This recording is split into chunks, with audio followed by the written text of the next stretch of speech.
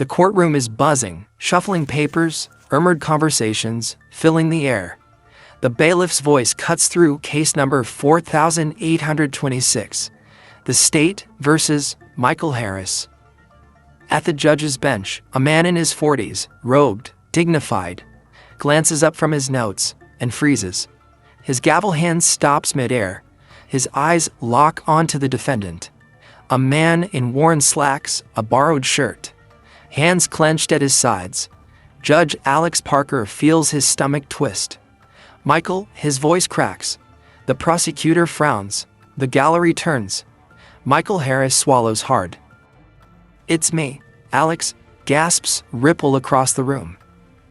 The judge's professional mask returns almost instantly.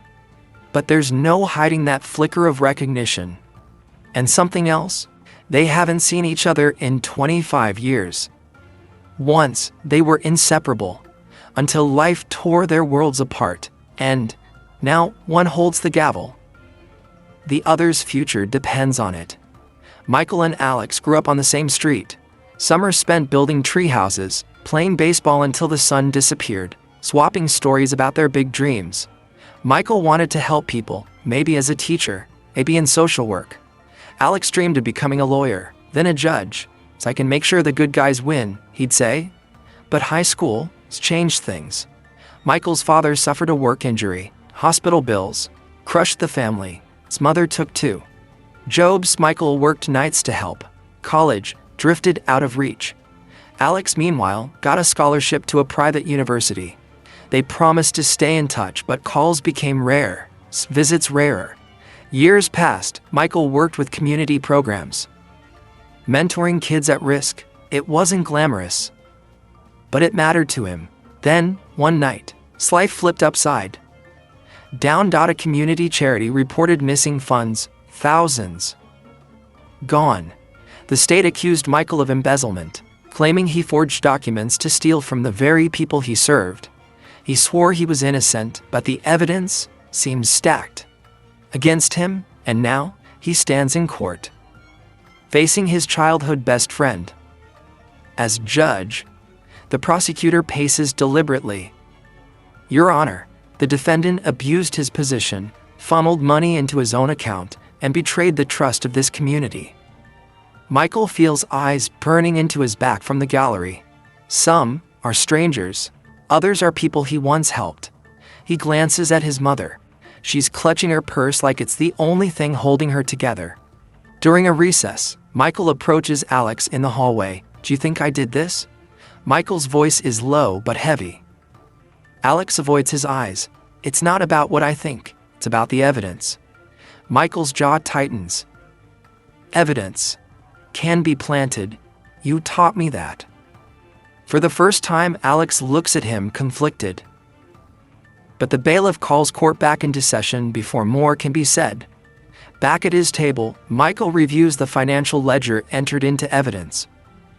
One transaction catches his attention, dated the same night he was at a free clinic miles away. The timestamp matches the police report of him helping with a patient. But this information was never turned over to the defense. Someone made sure it was buried. Michael contacts Terry, a fellow volunteer from the clinic. She remembers him being there the whole evening. "I'll testify," she says. But the next day, Terry calls in a panic. "The prosecutor said if I show up, they'll investigate. My nonprofit. I can't risk it." Michael realizes the pressure isn't just on him. They're scaring off witnesses. Michael recalls the clinic's security system backups stored off-site. If they could retrieve it, they'd have proof. A volunteer friend in IT confirms the video exists, but says it's locked behind legal clearance. Only a court order can release it, which means Judge Alex has to approve it. Michael spends the night preparing a motion. It's not a lawyer, but he's desperate and determined. Michael stands before the bench. "Your Honor, I'm requesting a subpoena for the clinic's backup footage from March 14th. The prosecutor objects instantly. "Irrelevant." Michael fires back. "It's directly relevant. It shows where I actually was during the alleged crime." Alex leans back, studying Michael. He remembers that night decades ago when they stayed up building their first treehouse, swearing they'd always have each other's backs. Finally, Alex says, "Motion granted," the gavel strikes. The prosecutor's face tightens. The next morning, the footage plays on a large courtroom monitor. There's Michael in the clinic's hallway, assisting patients. The time stamp shows 8:47 p.m., the exact time the prosecution claimed he was altering the ledger. A gasp spreads through the room. The prosecutor shuffles papers, avoiding eye contact. Alex looks at the jury. The defendant was nowhere near the crime scene. Charges are dismissed. But Michael isn't done. He files a complaint about the withheld evidence.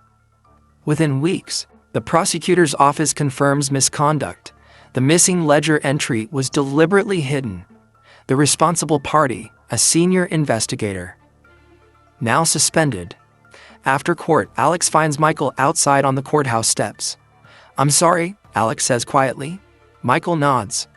"Just don't let this happen to someone without a voice." They shake hands, not as judge and defendant, but as two kids from Oakwood Heights who survived the years and the system. Michael returns to his work, more determined than ever. Alex begins quietly pushing reforms from the bench. Justice isn't just about the law. It's about remembering the people behind it and the promises we make to them.